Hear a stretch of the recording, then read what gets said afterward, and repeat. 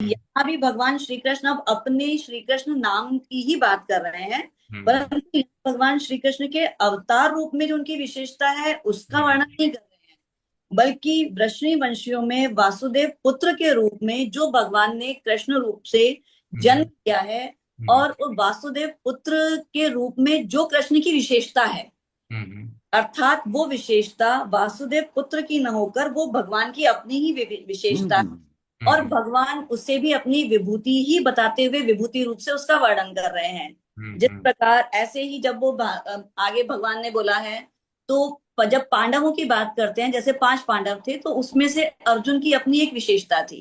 हम्म अर्जुन पांडवों में विशेष थे। अब अर्जुन की भी जो विशेषता थी, असल में वो विशेष था, जैसे अर्जुन एक बहुत अच्छे धनुर्धर थे और बहुत जिज्ञासु भी थे, लेकिन वो हम्म विशेषता असल में वो अर्जुन की नहीं थी, वो विशेषता भी भगवान की थी। और भगवान की विशेषता को अगर हम अर्जुन रूप में कह रहे हैं, तो वो भी भगवान इस विशेषता को एक विभूति के रूप में बता रहे हैं। इसी प्रकार से जैसे हम जानते हैं कि वेद की रचना हुई, और वेद बहुत ही ज्यादा गहन थे, बहुत ज्यादा विस्तृत रूप में थे, और किसी के लिए भी वेद का अध्ययन संभव नहीं था। तो ऋषि वेद व्यास जी ने उस वेद को पहले 4 वेदों में बांटा, जिसे आज हम जानते हैं सामवेद, यजुर्वेद, अथर्ववेद। अब इसी प्रकार से फिर वेदों को और सरल बनाने के लिए पुराणों की रचना हुई, उप पुराण की रचना हुई, महाभारत की रचना हुई। तो इन सब चीजों का जो फल मिला है आज मानव जाति को, वो वेद व्यास जी की वजह से मिला है। तो वेद व्यास जी की जो ये विशेषता है, असल में ये विशेषता भी भगवान की ही प्रदत्त है, भगवान की ही प्रदान करी हुई है। तो इसी वेद व्यास जी को भी एक विभूति के रूप में ही वर्णित किया गया है यहाँ पर। इसी प्रकार जो जो भी व्यक्ति शास्त्रों के प्रकांड पंडित होते हैं, या शास्त्रों का बहुत अच्छे से अध्ययन करके शास्त्रों के बारे में जानकारी रखने वाले होते हैं, उन्हें हम पंडित कहते हैं, उन्हें हम कवि कहते हैं, उन पंडितों को। तो ऐसे ही कवियों में मुख्य हैं शुक्राचार्य जी। और शुक्राचार्य जी की शुक्र नीति भी प्रसिद्ध है। और क्योंकि शुक्राचार्य जी को संजीवनी विद्या का भी ज्ञान था, ये भी हम जानते हैं। तो इस शुक्राचार्य जी की भी ये जो विशेषता है, असल में ये भी भगवान की विशेषता है। इसीलिए भगवान की इस विशेषता को उन्होंने एक विभूति के रूप में ही वर्णित किया है।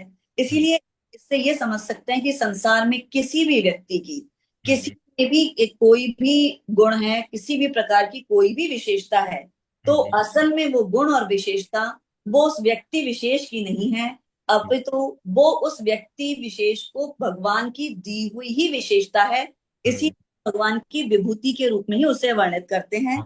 और इसको ये सब बताने का तात्पर्य भगवान का यहाँ पे सिर्फ इतना सा है कि अगर हम किसी व्यक्ति विशेष में कोई भी गुण देखते हैं, तो हम उन गुणों से प्रभावित होकर उस व्यक्ति विशेष का गुण मान लेते हैं, और हमारी आसक्ति, हमारी सराहना, हमारे सोच विचार सब कुछ उस व्यक्ति विशेष में अटक जाती है उस गुण की वजह से। जबकि यहाँ अपनी विभूतियों के रूप में विशेषताओं का वर्णन करने में भगवान जी हमको ये बताना चाहते हैं, भगवान श्री कृष्ण, कि किसी व्यक्ति विशेष के गुणों को देखकर हमें उस व्यक्ति विशेष में नहीं अटकना है, अपितु हमें उस विशेषता को देखकर ये मानना है कि ये भगवान की विशेषता और भगवान का चिंतन करना है।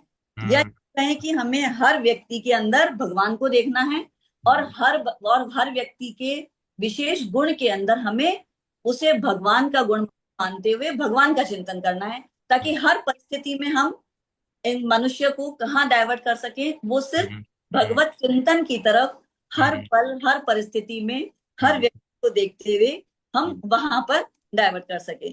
और दूसरा, जैसे आगे भगवान ने कहा है, दुष्टों को दुष्टता से बचाकर सन्मार्ग में लाने के लिए दंड नीति की बात की है। दंड नीति भी भगवान की एक विभूति है।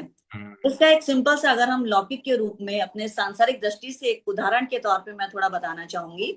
जैसे हम अपने देश में देखते हैं, कानून बना हुआ है। कानून किस लिए? कि कोई भी कानून का उल्लंघन करेगा तो उसे दंड दिया जाएगा। इसका और एक छोटा सिंपल सा एग्जाम्पल लेते हैं। जैसे कि हमारे देश में ट्रैफिक, हम गाड़ी चलाते हैं, सभी भाई बहन गाड़ी चलाते होंगे काफी सारे। तो हम गाड़ी चलाते हैं तो ट्रैफिक रूल्स बने हुए हैं, जैसे उसमें हेलमेट लगा करके टू व्हीलर ड्राइव करें, ये भी एक रूल है। कार चलानी है तो सीट बेल्ट का प्रयोग करें, ये भी एक ट्रैफिक रूल है। अक्सर हम देखते हैं कि ये लोग टू व्हीलर चलाते हैं लेकिन हेलमेट नहीं लगाते। लेकिन जब ट्रैफिक वीक आता है और वो ट्रैफिक पुलिस वाले चालान काटना शुरू करते हैं, तो उस चालान के डर से सभी लोग हेलमेट लगाना शुरू कर देते हैं। जबकि उन्हें पता है कि ये हेलमेट उनकी सुरक्षा के लिए है। तो इसी प्रकार से और भी हम लौकिक दृष्टि से देखेंगे तो ऐसे कई एग्जाम्पल्स हैं जहां पर दंड का विधान है और दंड के डर से ही इंसान, मनुष्य उस रूल को फॉलो करने लगता है। और दंड का विधान से अगर हम ये कहें कि अगर शासन को शासन करना है तो दंड नीति आवश्यक है, क्योंकि दंड के भय से ही वो उन सेफ्टी फीचर्स का भी पालन करता है। या हम ये कहें कि अगर चोरी करने का भी एक दंड तय है हमारे कानून में, अगर वो दंड ना होता तो चोरों को कोई भय ना होता। हालांकि चोरियां फिर भी होती हैं, पर जितनी हो रही हैं उससे कहीं ज्यादा होती अगर चोरों को दंड का भय ना होता तो इस प्रकार से ये जो दंड नीति है ये लोगों को ईमानदारी और सत्य निष्ठा की तरफ अपने कर्म को करने के लिए प्रेरित करती है। तो दंड का आश्रय लेने से विजय प्राप्त होती है, तो नीति भी भगवान की ही एक विभूति है। इस प्रकार से किसी बात को गुप्त रखने के लिए हमें मौन रहना होता है, मौन रहना भी भगवान की एक विभूति है। आगे 45वें श्लोक में भगवान कहते हैं कि सबका बीज अर्थात कारण मैं ही हूँ। अर्थात भगवान के कहने का तात्पर्य है कि इस संसार को बनाने वाला भी मैं हूँ और संसार रूप से बनने वाला भी मैं हूँ। या यूं कहें कि भगवान स्वतः ही संसार रूप से प्रकट हो जाते हैं और विविध रूपों में प्रकट होते हैं, जो विविधताएं हमें संसार में दृष्टिगोचर होती हैं। इसको सिंपल में यूं समझ सकते हैं कि हर वृक्ष के उत्पन्न होने के लिए बीज होता है, बीज से ही वृक्ष की उत्पत्ति होती है। संसार में भी हम देखें, जैसे गेहूं के बीज से गेहूं उत्पन्न होगा, बाजरे के बीज से बाजरा उत्पन्न होगा, फलों के बीज से फल और पशुओं के बीज से पशु, मनुष्यों से मनुष्यों की उत्पत्ति होती है। परंतु भगवान एक ऐसा विलक्षण और इतना अद्वितीय अलौकिक बीज है भगवान का कि हर प्रकार की सृष्टि संभव है। हर प्रकार की सृष्टि के बावजूद हम देखें वो बीज ज्यों का त्यों रहता है, उसमें किसी प्रकार का कोई भी किसी प्रकार का कोई क्षय नहीं होता और वो बीज वैसा का वैसा रहता है। इतना अलौकिक, इतना दिव्य भगवान का बीज, और ऐसा दिव्य बीज हमारे अंदर भी मौजूद है। अगर हम उस बीज को पहचान लें और जीवन का हर कार्य पूजा समझ करके करें तो आप ये जानिए कि हमारे जीवन का हर कार्य पूजा बन जाता है। और यही आवश्यकता है हमें अपने मनुष्य जीवन को सार्थक बनाने के लिए कि हम अपने अंदर के उस अलौकिक, उस दिव्य बीज को पहचानें और अपने इस मनुष्य जीवन को सार्थक करें।